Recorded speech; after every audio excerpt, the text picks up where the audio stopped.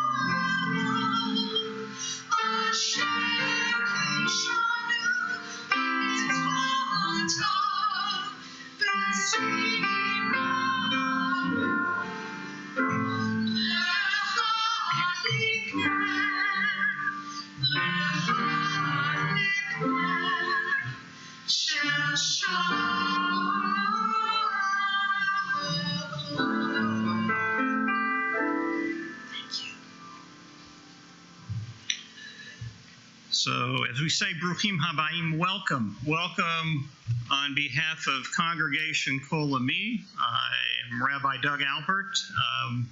Welcome on behalf of All Souls, and welcome on behalf of Stand Up KC, the fight for a living wage in a union.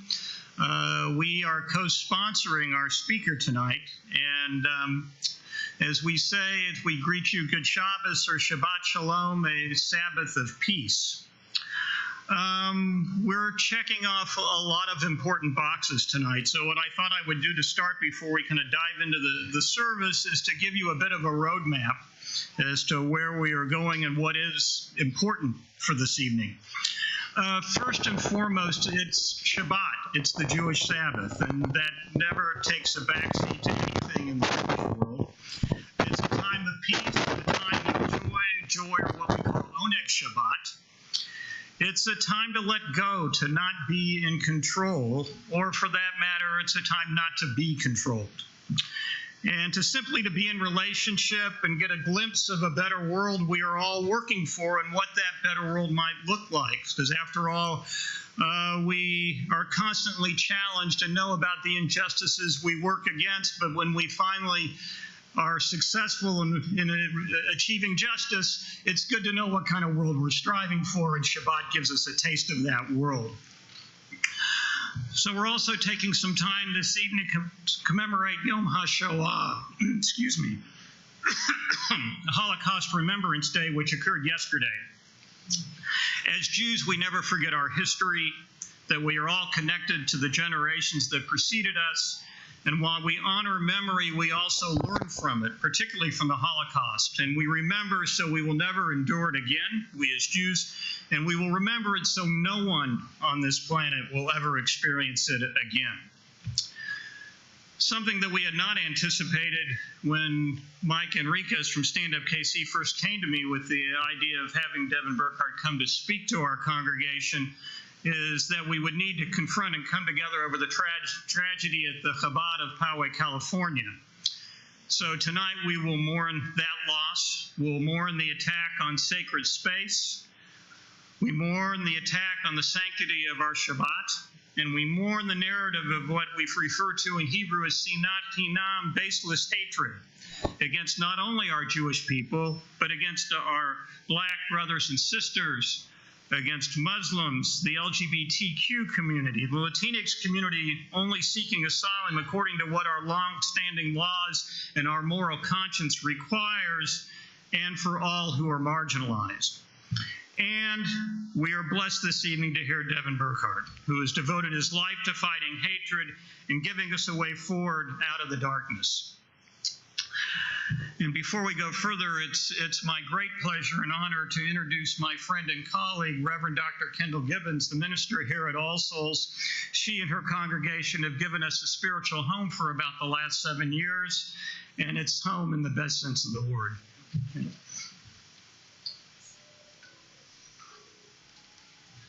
Shabbat Shalom. The congregation of All Souls Unitarian Universalist Church is honored to welcome members and guests of Congregation Kol Ami to this special event. We come together this evening in the midst of a culture saturated with distrust and violence, where there is too little self-awareness and compassion, too many lies, and too much hatred.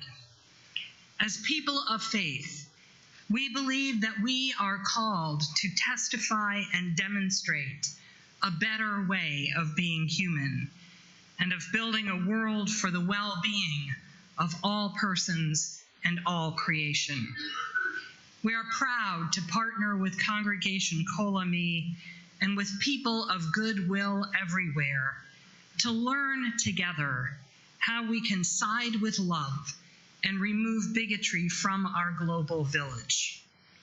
We hold in our hearts tonight, with sorrow and sympathy, all those whose lives have been touched by the sicknesses of racism, religious prejudice, and toxic privilege. May those whose lives have been snuffed out in the rising tides of hatred rest in power, in peace, and in the everlasting light of blessed memory. May we who are here tonight find healing, rededication, and renewed energy for the struggle ahead, as well as enduring companionship and strength in our fellowship with one another.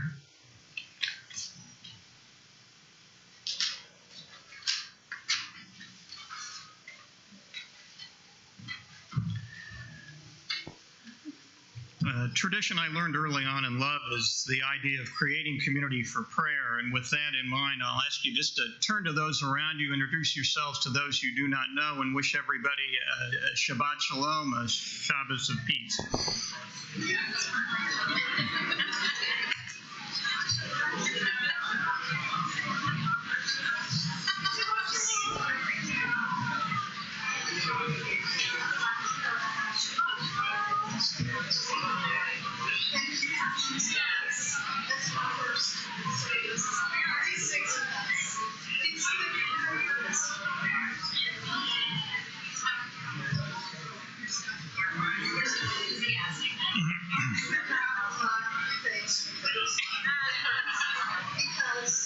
It's true.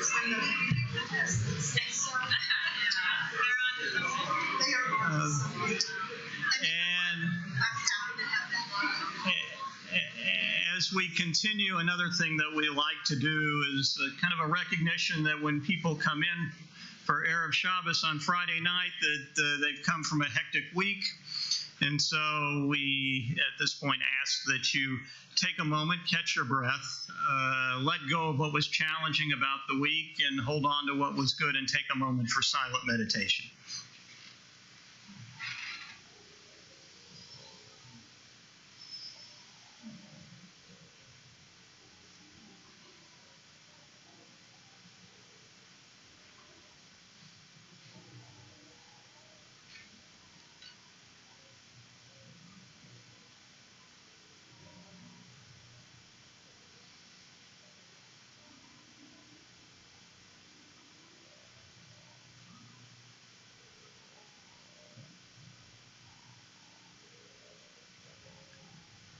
We'll continue our service now. Ask those who are able to please rise and turn to page 22 for the prayer known as the Chatzi Kaddish, which will lead us into the Baruch Hu on page 24.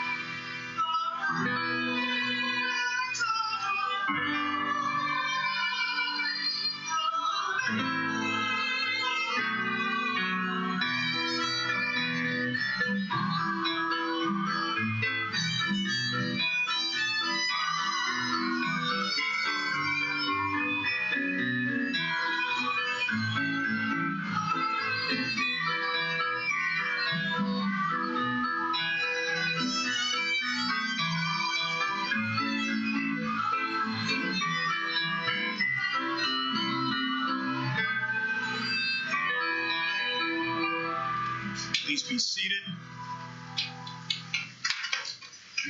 The service will continue as we read together on the bottom half of page 27. This is an hour of change. Within it we stand uncertain on the border of light. Shall we draw back or cross over? Where shall our hearts turn? Shall we draw back, my brother, my sister, or cross over? This is the hour of change, and within it we stand quietly on the border of light. What lies before us? Shall we draw back, my brother, my sister, or cross over? El Chai v'Kayam Tamid Yimok Aleinu Le'olam Va'ed Baruch Atah Adonai Amahari Varavim. Top of page 29.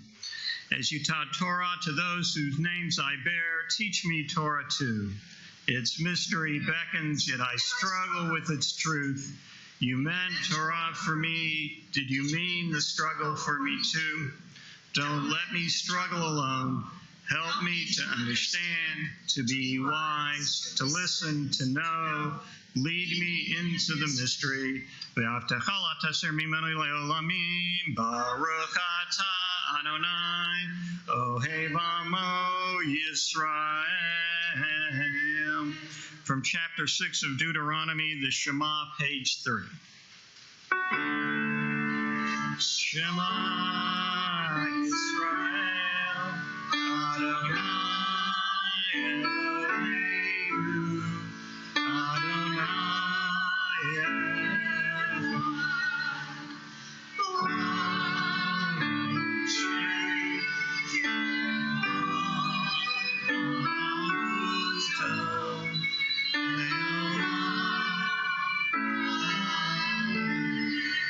With minor shifts in the wording on page 32, Ve'ahavta you shall love.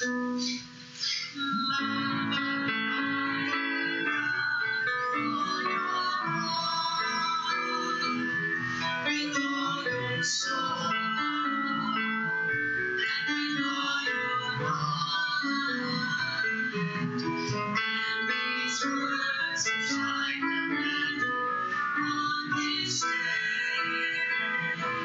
shall be in your heart, shall be in your heart. Teach them faithfully unto your children. Speak them well when you sit in your house, when you walk by the way, when you lie down, when you rise. For the sun on your head,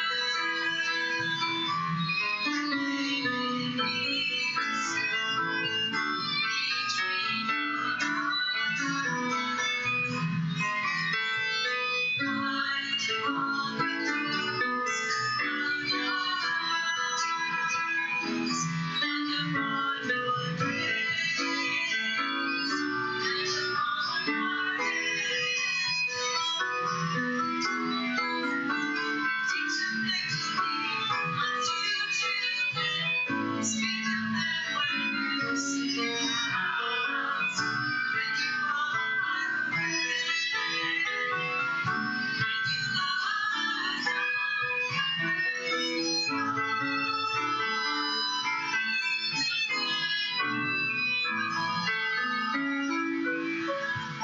rise. On the bottom half of page 35, we'll continue our service. We'll read responsively. I'll ask you to read the indented portion of each paragraph. In a world torn by violence and pain, a world far from wholeness and peace, give us the courage to say, Adonai, there is one God in heaven and earth. The high heavens declare your glory. May earth reveal your justice and love. From bondage in Egypt we were delivered. At Sinai we bound ourselves to your way. Inspired by prophets and instructed by sages, time and again we overcame oppressive forces. Though our failing failings are many and our faults are great, it has been our glory to bear witness to our God, keeping alive in dark ages your vision of a world redeemed. Let us continue to work for the day when the nations will be one and at peace. Then shall we rejoice, singing on the shores of the sea. From Shirat Hayam, the Song at the Sea, from the book of Exodus, our song of redemption and hope, Micha Mocha, page 36.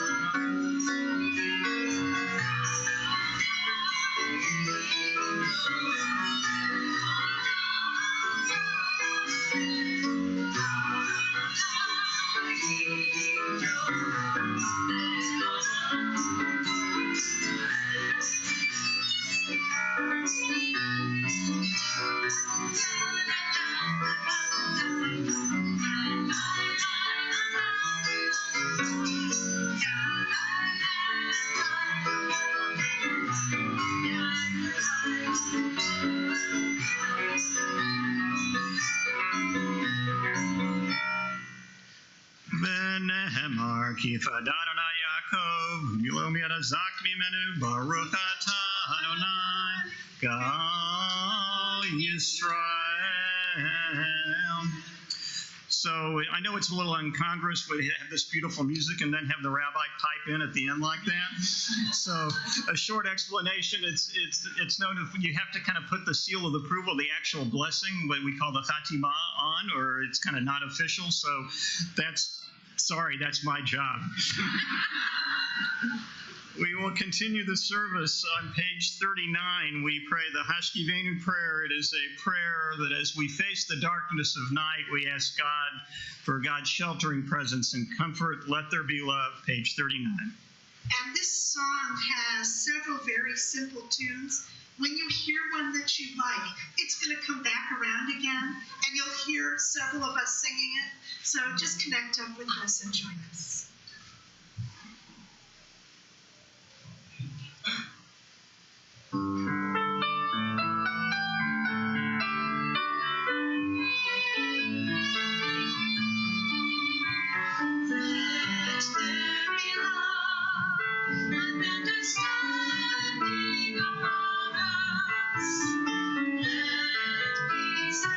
Friendship be our shelter from my soul.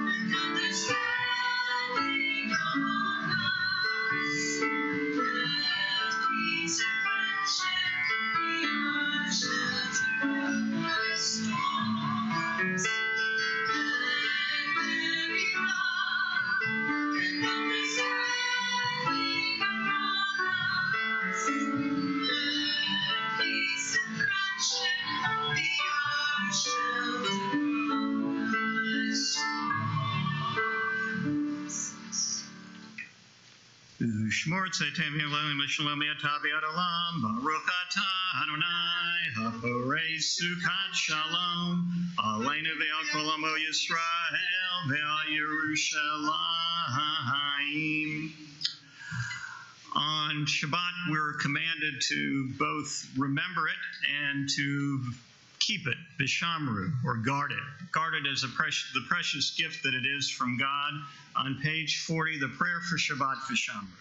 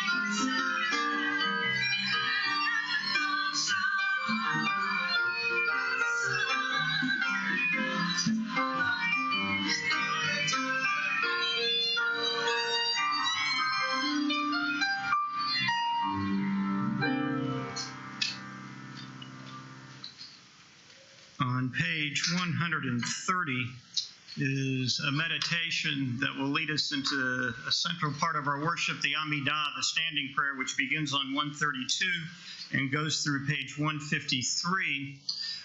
A short note, the way this Siddur, this prayer book works, if you open it up, the right side is the actual prayer with the Hebrew and then the Hebrew transliterated and then the English translation below it. On the facing page are readings suggested by the theme of that prayer. So you can kind of pick and choose as you wish, or pray the prayers that are in your heart this Shabbat. So all those who are able, I'll ask you now to rise for the silent Amidah beginning on 130, and when you've completed the Amidah, you may be seated.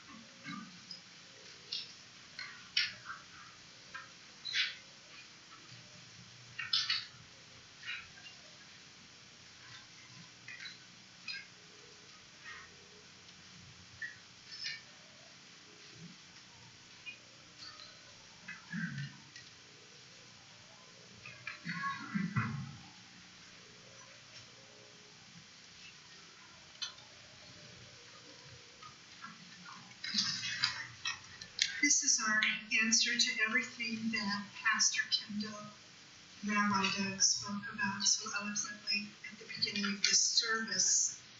And at the end of each verse, there's a 3-word refrain, I choose love. And it's all the same note.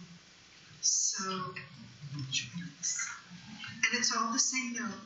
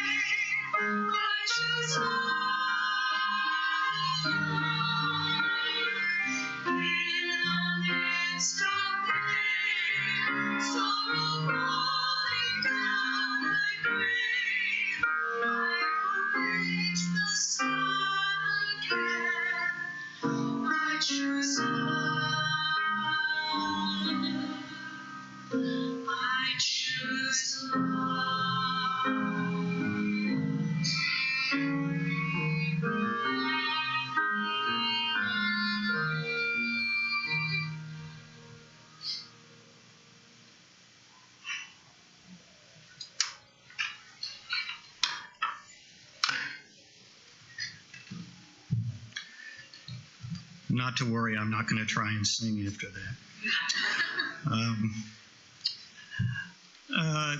Before we get to, as we say, the main event, our wonderful speaker tonight, Devar Torah, what we call a word of Torah. And they're really just two sources and 2 quick points. There are really 2 sources with both containing a similar idea. The first is from what we call Parshat HaShavua, our weekly Torah portion, the annual cycle of reading the 5 books of Moses. We are in the book of what you know as Leviticus, or in Hebrew known as Vayikra.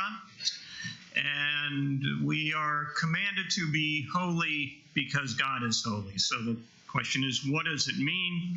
And there are a number of commandments that give us a sense of what that means.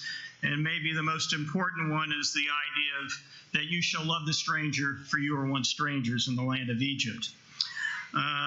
Some or another permutation of this commandment is the most oft-stated commandment in the written Torah, in the 5 books of Moses.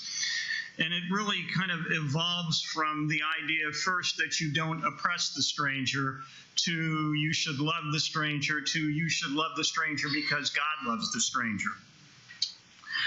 And this evolution really suggests that our treatment of the stranger is not simply to not oppress, it dictates, it demands proactive behavior on our part. Something more than just leaving the stranger alone or just not oppressing. And so it requires us to act, and act constantly. So that's the first source. The second source is from Rabbi Irving, or better known as Yitz Greenberg. And apropos to our commemoration of Yom HaShoah, Holocaust Remembrance Day, Greenberg addresses post-Holocaust theology. So the question becomes, how do we find God when God seems so absent? And where Rabbi Greenberg lands, and I'm paraphrasing big time here, is that he sees the need for us to change the balance in our covenant with God. That in our covenant or contract with God, is it upon us to be more proactive in our concern for others. We need to be God's full partner in seeking justice and fighting against any and all injustice. And so between those two pieces of text or ideas, we come to this place that this moment in time that really demands that we take action, that we be active in the fight and struggle against injustice, and that we seek out justice and love. So with that, I am not going to introduce our speaker.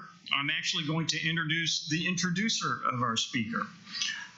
Because our introducer is, like our speaker, is one of the leading lights internationally in the fight against white supremacists and white nationalists. And it's my honor to introduce him and to say that it's Kansas City's mazel. It's great blessing and luck to have him as one of our own. Leonard Zeskin is the author of Blood and Politics, The History of White Nationalism from the Margins to the Mainstream, published in May of 2009, which, as we've discovered, becomes a horrifyingly prosaic piece. Mr. Zeskin writes a regular column for Searchlight magazine, published in London, and has written articles and op-eds for the American Prospect, Rolling Stone, The Nation, New York Times, Los Angeles Times, and as recently as this morning, the Kansas City Star.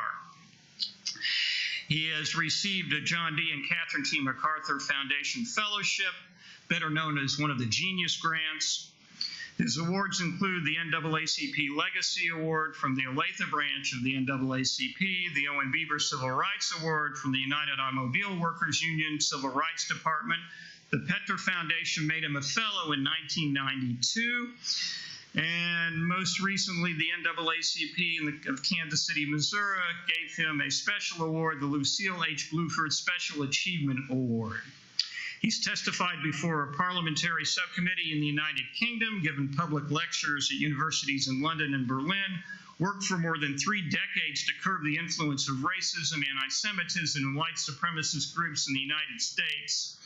He has served on the board of directors of the Petter Foundation and the Jewish Community Relations Bureau of Greater Kansas City.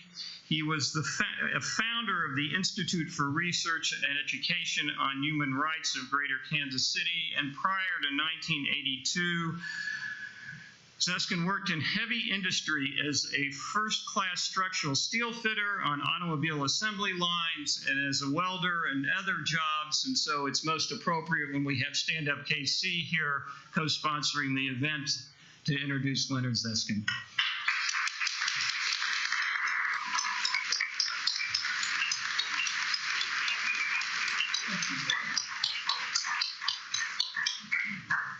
I didn't know my life story was going to get read tonight. Thank you, Doug. I'm here to introduce introduce Devin Burkhart. He's the executive director and the president of the Institute for Research and Education on Human Rights. Those are positions that I once had, and I'm glad that Devin has them now. Devin has been a lifelong anti-racist. He grew up in Spokane, Washington, 45 minutes from the Aryan Nations camp in the early 80s and mid 80s.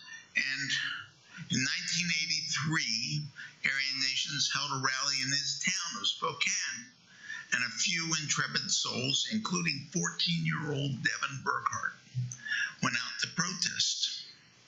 This was an important rally because he came eyeball to eyeball with Robert Matthews, the guy who started the order that killed people in Denver, the radio talk show host Rob Banks and so forth.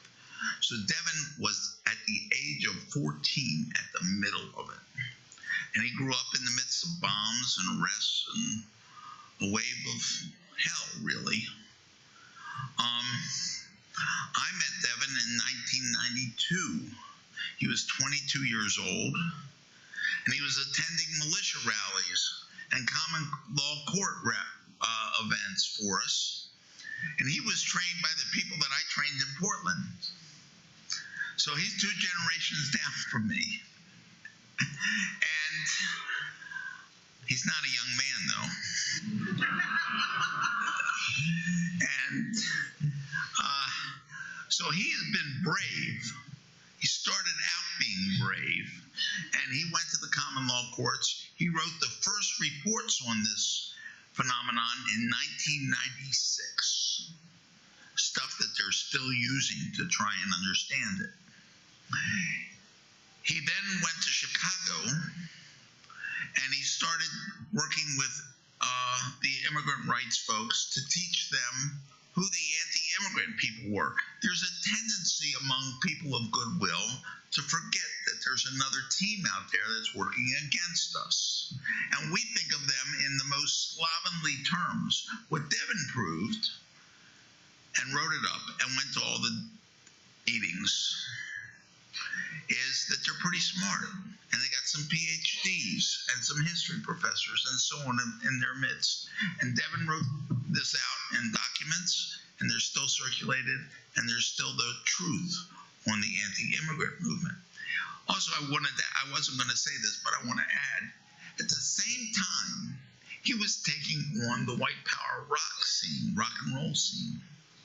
And he was doing good work on that, including in Kansas City, where we took him out to Johnson County schools to let them understand and fight the problem that they were having. And he actually got some of their music production cut off. So that's something that nobody else has done. And then he went on to look at the Pat Buchanan campaigns in 92 and 96, and then 2000 with the Reform Party. And he's been with me a buddy all the way. He's part of my institute. Today,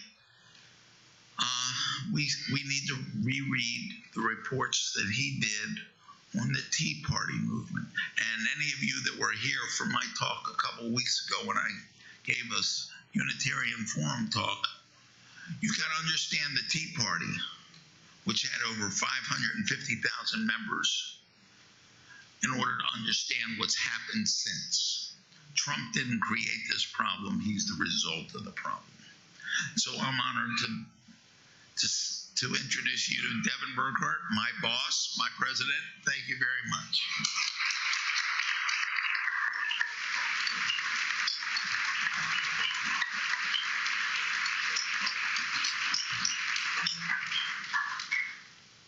Wow, thank you so much. I don't know if I can live up to that introduction. That was quite remarkable. Thank you, Lenny. What I want to start by and with tonight is by thanking all of you for coming out tonight. It's not just because I have the ego drive and I need to see all of your smiling faces. Okay, maybe a little. But it's really because that in light of recent events, in light of recent tragedies, many people don't feel safe coming to gatherings like this. I get that. One of the purposes of white nationalist terror attacks is to destroy community. It is to divide and conquer. It is to make us feel unsafe. It is to make us feel isolated and alone. It is to strike fear deep, deep into our hearts. You coming here tonight was an act of resistance. It was a defiant way to face the fear together. It was a way to show everyone that we will prevail in the end and that hatred and bigotry have no home here. So please, I want to start by asking you to give yourselves a round of applause. Look around at all of you here tonight, because it's important that we understand the nature of community and what it means to standing up for bigotry.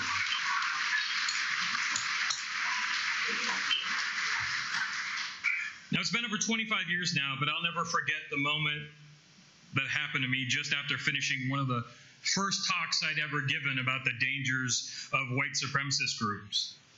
Out of the corner of my eye, I caught just a glimpse of a smallish older woman making a beeline for me, fast as I could possibly imagine. Next thing I know, she was right upon me. In that split second, I asked myself, did I say something to offend her? Did I do something wrong? What might I have done? Before I had time to rhetorically answer that question in my brain, she was upon me. She came up and she threw her arms around me.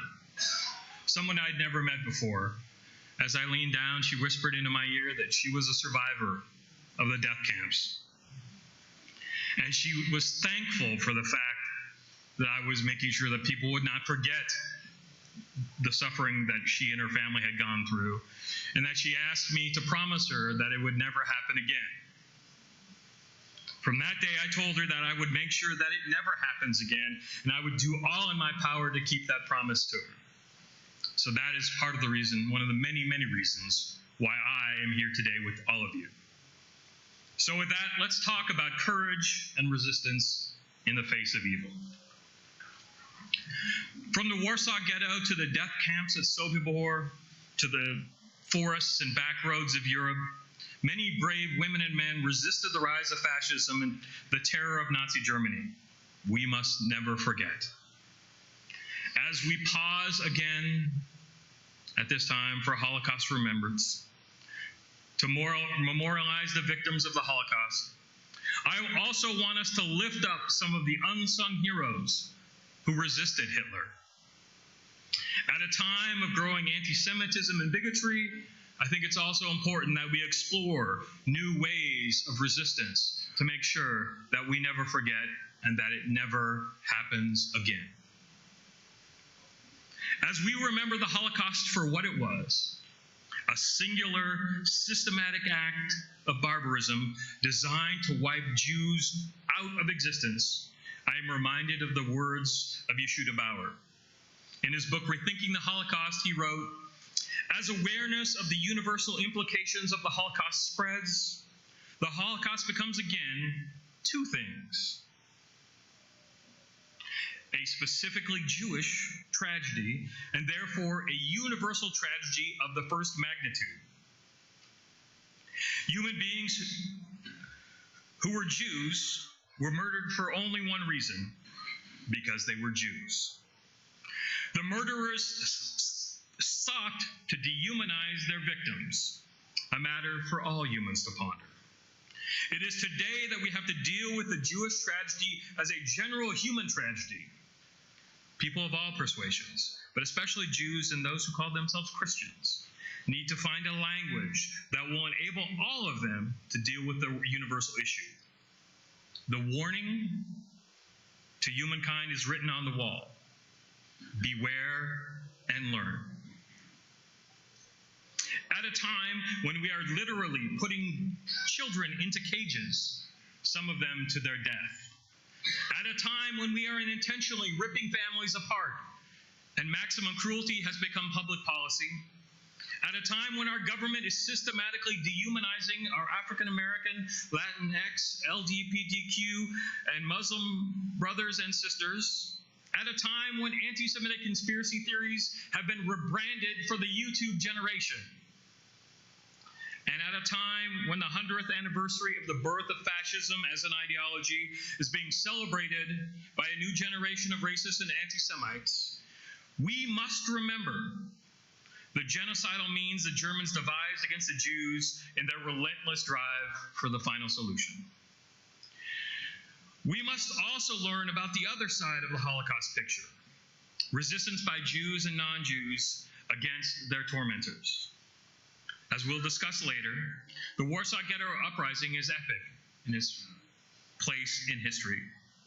But it is not, what is also not widely known is that in practically every ghetto and in every labor and concentration camp, there existed a Jewish underground organization that kept up prisoners' morale, reduced their physical suffering, committed direct action, organized escapes, collected arms, planned revolts, and even carried them out.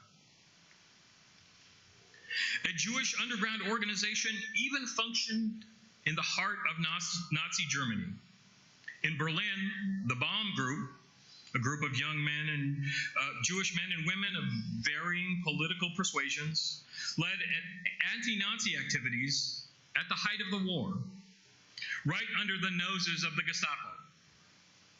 All but 2 of the members of this group were captured and either executed or perished later in the concentration camps. But theirs is a dramatic story of heroism and martyrdom that we cannot forget. Every occupied country had its underground, and the French had their Maquis, whose daring anti-Nazi exploits are now legendary. Besides the many French Jews who were members of the Maquis, there existed an independent Jewish organization called the Jewish Partisan Unit of Paris, who fought valiantly to try to defeat Nazism in Vichy France. As Yuri Sol notes in his seminal 1967 collection, They Fought Back, the story of Jewish resistance to Nazi Europe, Hitler did his utmost to conceal from the world the true nature of the death camps in Poland. He succeeded in muffling his victims' shrieks, but he could not hide the smoke and flames that belched into the skies of the crematoriums. Indeed, the question has been repeatedly posed as to why the Allies didn't bomb the crematoriums and the death camps out of existence, or at least bomb the railway lines that carried victims to their demise. What the Allied command, with all its military might, failed to do to halt those mass murders of Jews, the Jewish undergrounds, with their limited means and under conditions of unspeakable terror, attempted to do for themselves. And in at least 2 cases, succeeded. Treblinka, and Sobibor, 2 of the most notorious death camps in Poland, were put out of operation by the victims themselves, thanks to successful revolts. The stories of those revolts, how they were planned and carried out, were captured in They Fought Back and provide some of the most dramatic narratives of human struggle that you'll ever read. The equally dramatic story of Jewish resistance to Nazism during World War II has yet to be told.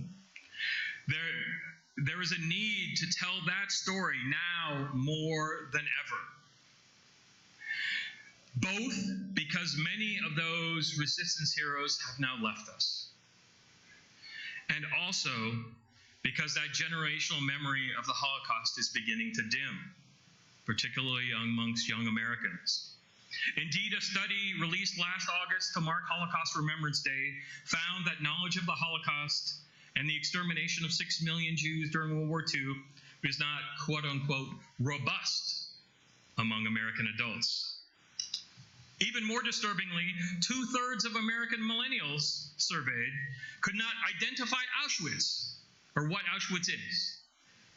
Moreover, 22% of millennials said they haven't heard of the Holocaust, or are not sure that whether or not they've heard of it, twice the percentage of U.S. adults as a whole who said the same. We are in danger of breaking the promise. We are in danger of forgetting. In an age where there is a surging far-right Europe and right here at home, in an age where anti-Semitic attacks like those in San Diego and Pittsburgh and Kansas City are on the rise, we have much work to do. At the same time, disturbingly, the mythology that Jews did not resist the Holocaust continues to persist. Even noted scholars have made this mistake.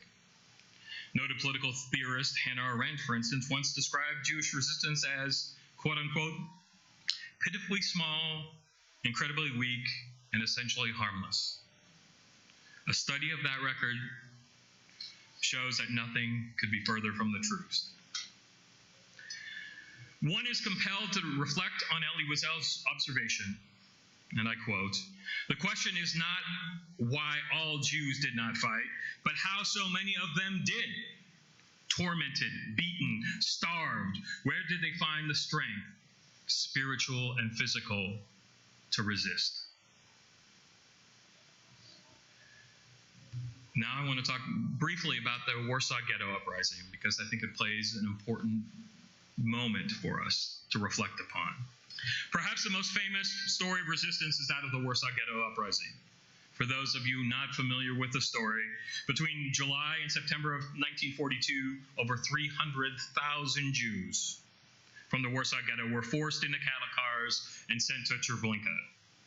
At the time of the deportation, they did not know their destination was Treblinka, nor did they know that Treblinka was a liquidation center for Jews. As always, the Nazis employed the euphemism resettlement to the east for labor. Once they found out, however, between September 1942 and January 1943, the Jews of Warsaw learned the real destination of the cattle cars and the real meaning of Treblinka. This made all the difference. So when Germans marched into the ghetto on January 18, 1943, to deport the remaining 50,000 Jews, they were met with resistance. Now the Germans knew that there was resistance force inside the ghetto, and so did the Jews. Electrified by the January revolt, the ghetto population rallied around the underground. It mattered. It changed things. It could be said, in fact, that long before Hitler suffered a military collapse on the battlefields in Europe and Africa, he suffered a moral defeat on the charred rubble of the Warsaw Ghetto. But it wasn't the only type of resistance to the horrors of the Nazis. There were many others who risked their lives to provide information that would lead to the defeat of the Nazis on the battlefield. Let us shift for a moment and zoom in on some of the individuals who helped end the reign of the Nazis and stop the Holocaust from being even more devastating. Take, for instance, the case of Leopold Trepper, a Polish Jew who moved to Palestine in 1924, but was drawn back to Europe in 1938 with the rise of fascism. He returned to help establish one of the most important intelligence gathering groups inside Nazi Germany. The group, which became known by the Nazis as the Red Orchestra, assisted in the escapes of German Jews and political dissidents, and for years provided both economic and military intelligence to both Washington and Moscow. Leopold was eventually captured by the Nazis in France, but escaped. He was taken to Russia, where Stalin threw him in Lubyanka. He was released back to Poland, and he eventually immigrated to Israel, where he died in 1982. His sacrifices and the sacrifices of the Red Orchestra helped change much about what we knew the Germans were doing during the war, and made a real material difference, even though both sides tended not to listen to the important information he and his crew were providing. Then there's the curious case of Mildred Fish Arnack. Mildred was born right here in the Midwest. She grew up just the road in Milwaukee, Wisconsin. She attended what is now the University of Wisconsin, where she studied German literature. She was a sorority sister and a daughter of the American Revolution. When she was at university, she met a German man who would become her husband, Arvid. They married, and in 1932, they moved to Berlin. Needless to say, that was a tumultuous time in Germany. Within a year, the Weimar Republic was dead, and Hitler, the unquestioned dictator of Germany. And what started as a small discussion group in their home about the issues of the day helped lead to the formation of perhaps the most significant intelligence network inside Nazi Germany. It helped give rise to the fourscore+ individuals who would go on to make up the core of the Red Orchestra.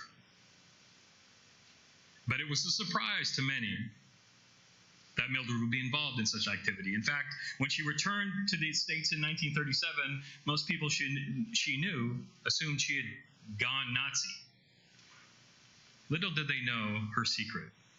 She and the members of the Red Orchestra provided information on troop movements and other intelligence that was critical to helping the Allies defeat Operation Barbarossa, also known as the Battle of Stalingrad. Even though Stalin didn't want to listen to them, it still made a difference. An error by a Soviet radio operator made it possible for the Nazis to decrypt the coded radio transmissions that members of the orchestra would broadcast into the night skies. This led to many of the musicians being rounded up and executed. Mildred was guillotined on February 15, 1943, at the personal instruction of Adolf Hitler.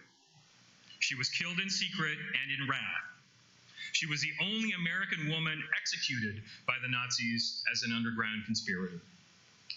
Mildred's last words as her hour of death approached were, "And I have loved Germany so much."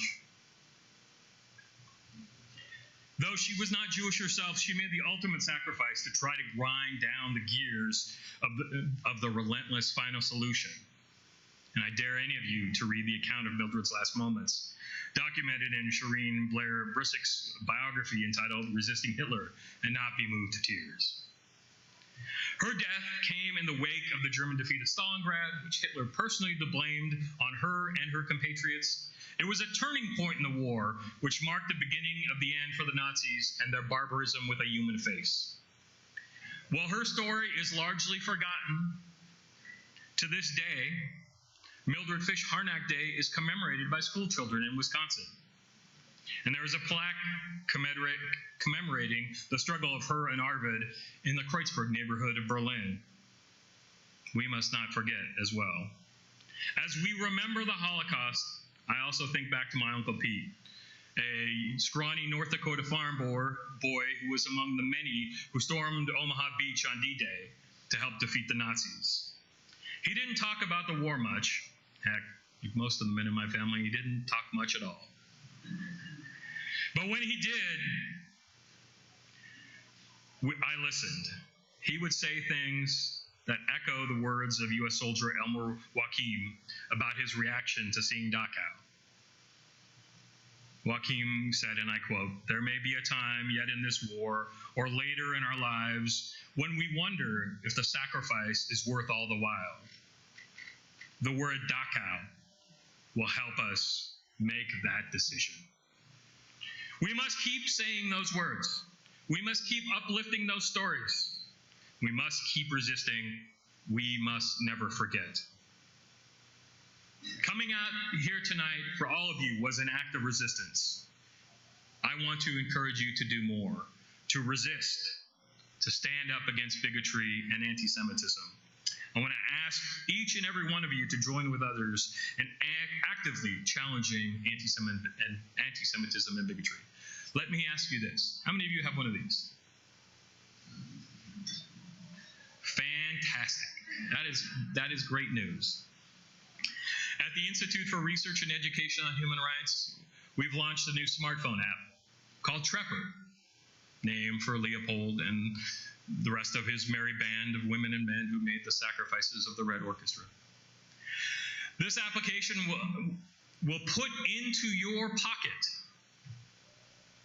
the more than 40 years of experience that folks like Lenny and I have had in the field countering racism, anti-Semitism, and other forms of bigotry. It will provide you a toolkit that will give you up-to-date information on what to do when a hate crime happens, how to respond, how to find a local group or join a local group and get active in your community. It will also provide you with a database of symbols of bigotry. So if you see something pop up in your community, some graffiti or a flyer or something, and you don't know what it is, simply scroll through this until you find what you're looking for. In addition, it will provide you instant push notifications if there is activity in your neighborhood, in your area, that you need to be alerted about, whether that's a good event or a bad one. We'll give you alerts and the information you need to be able to effectively respond in your community to those situations, whatever they may be. And last, and probably most excitingly, the app will allow you to video any acts of bigotry that you see. It will allow you instantaneously to capture that video and securely transmit it to us, protecting your information and protecting the source entirely. At the same time, that application will allow us to use the latest in artificial intelligence technology to see if any of the people featured in that video happen to be in one of the databases we keep at the Institute for Research and Education on Human Rights. It's Trepper, Trepper. It's not quite ready for prime time, but it'll be out very shortly. If you go ahead and check in the Google Play Store or the Apple iTunes Store, you'll be able to find it very shortly since we get all the material up. It is going to be a research that will also be important for you to be engaged in. We need you to provide the information that helps us to be able to identify those committing atrocious acts. We need all of us to be able to use the app to come together to do the acts of resistance that we need to do and to allow us to never forget. I want to thank you all for coming out tonight. It's been a really powerful and wonderful experience. Thank you so much.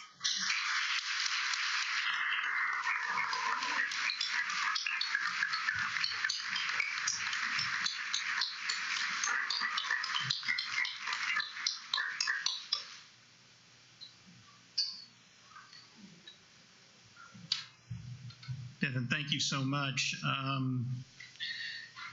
As you were giving your words that resonated so strongly for me and for us, I was thinking of a couple of things. One, I was down at the border in Juarez and El Paso about a month ago, and your words of both horror and hope resonated strongly down there as I visited an ICE detention center, saw the militia encampment near the border wall in Sunland Park, New Mexico, and also the heroes down there, like Ascension House and Ruben Garcia, who's been doing the immigration work for the last 41 years, and the Hope Border Initiative and others.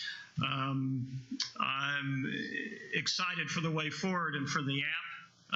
As you held up your phone at first, my first thought was, oh no, I forgot to tell people to silence their cell phones at the beginning of the service. But now we should be anything but silent, either with our cell phones or with our voices.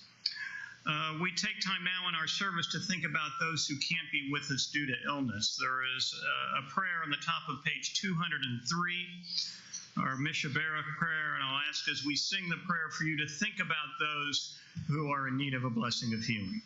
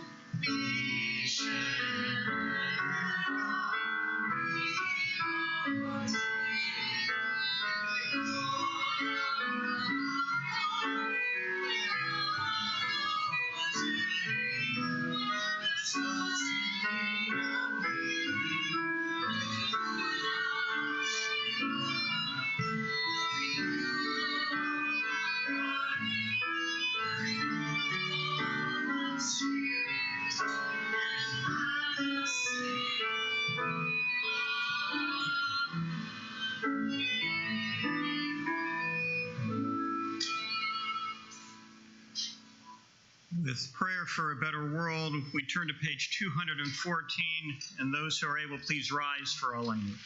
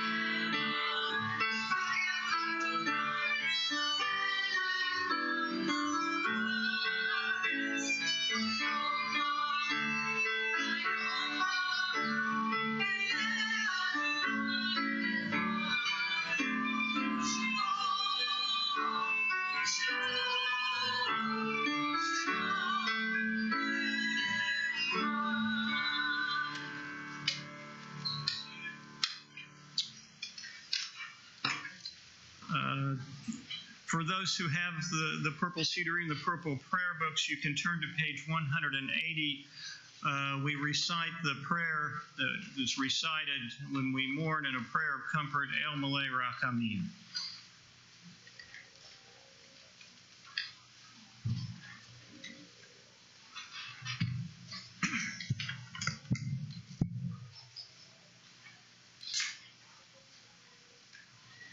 El Malay Rachamim, Shochin Bamaramim, Ometzeh Menucha Nechona, Tachat Kanfei HaShekhinah, B'ma'alot Kedoshim U'Taharim, Kezohar Harakia, Mashirim,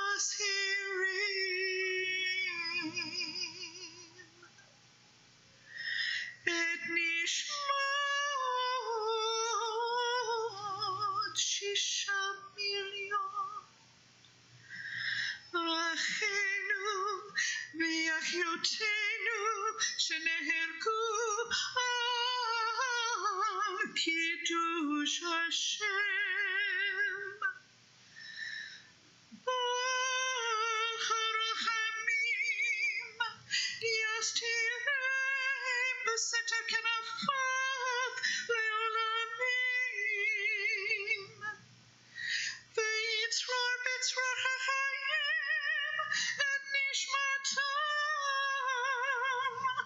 Adonai hu nachalatam, V'yanuchu b'shalom amishkavam,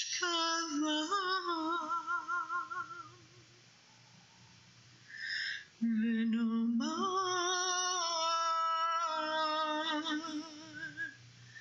Amen.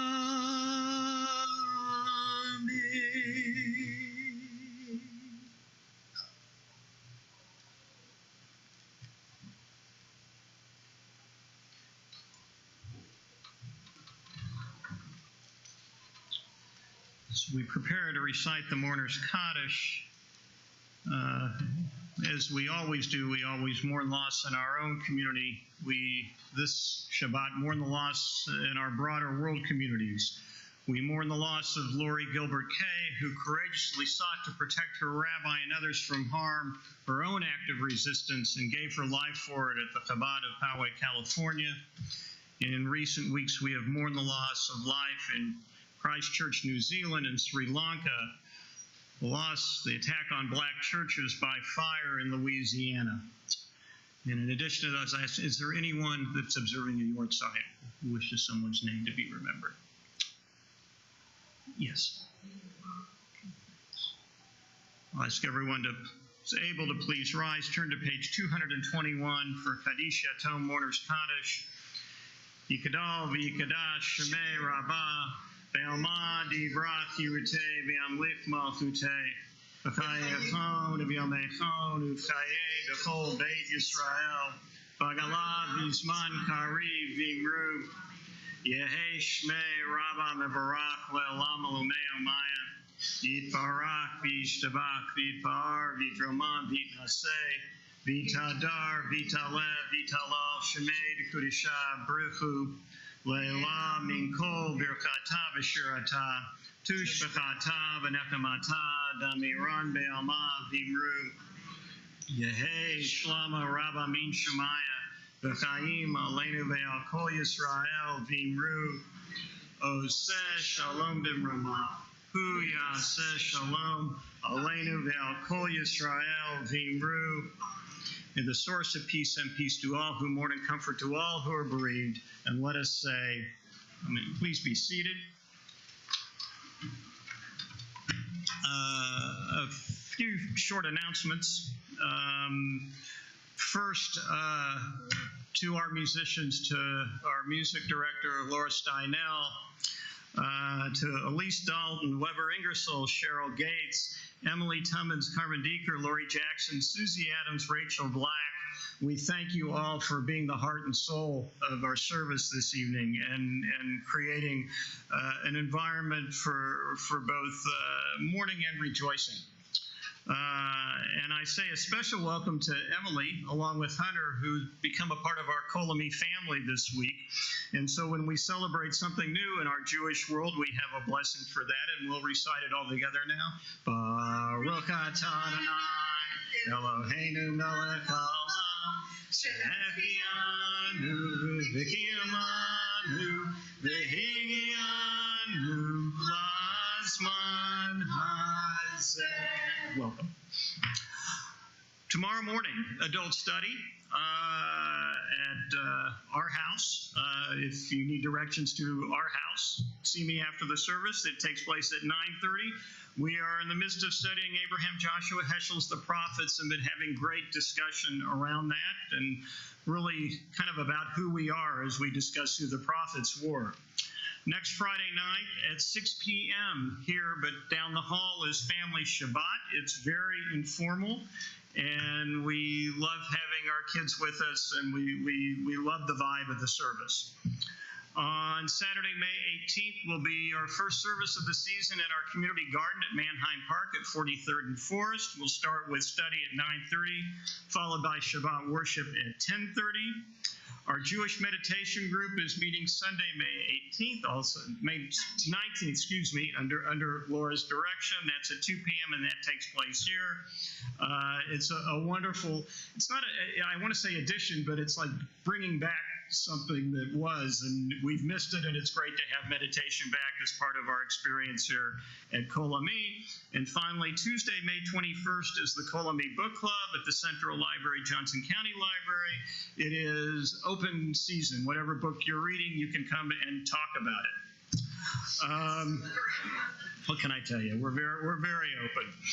I'm going to ask now that Terrence Weiss, we are chock full of international leaders. Terrence is not only a leader here in Stand Up KC in the fast food and other low-wage workers.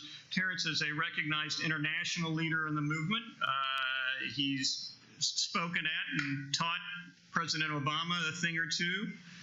He's spoken before House Committee on Labor, all to seek a living wage and a union and a better life for all workers, and that all work has dignity. We're going to do Kiddush, and what we'll do is I'll do Kiddush and Motzi from up here. If you want to do it on your own and you have something to eat for what we call Oneg Shabbat, Shabbat Joy, if you go out the doors and take a left after the service, all the way at the end of the hall, there's a lot of food, as well as grape juice and wine to make Kiddush over. So with that, I'll ask Terrence to come up, and I'll ask everyone to please rise.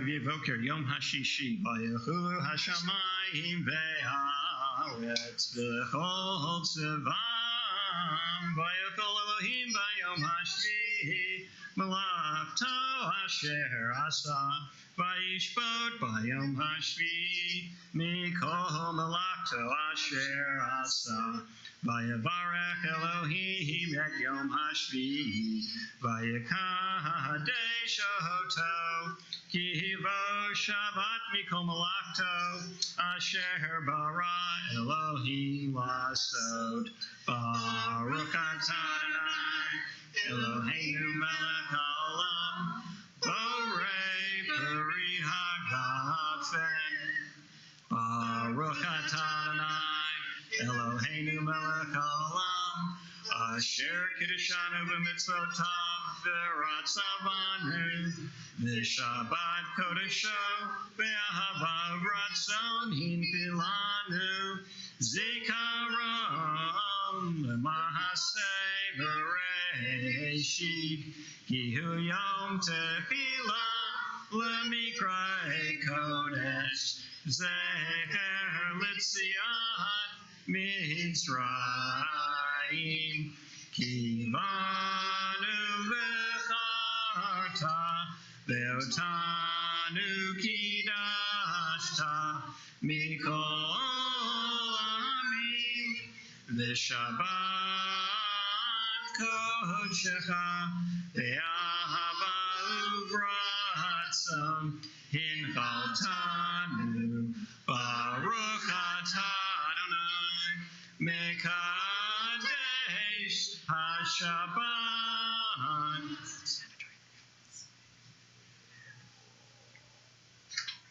I'm sure you're going to be disappointed it was only grape juice.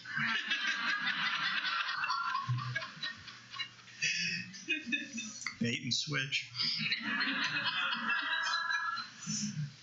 Tzarich Averai Baruch Atah Adonai Eloheinu melech haolam hamotzi lechem min haaretz. Then I'll say one more thank you to Devin. What a gift to have you here in our community. And from our wonderful musicians, a closing song. Yes. When we sing, we pray twice. It is a fact, and it is the title of this song.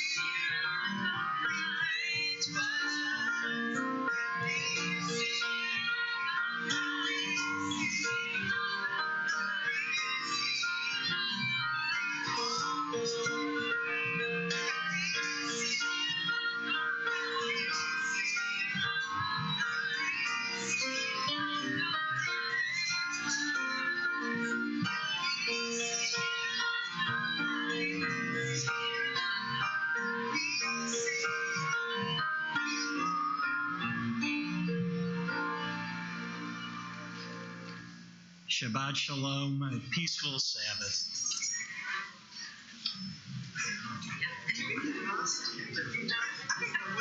I was like, doesn't matter. It's all works. It all works. Oh my gosh. What?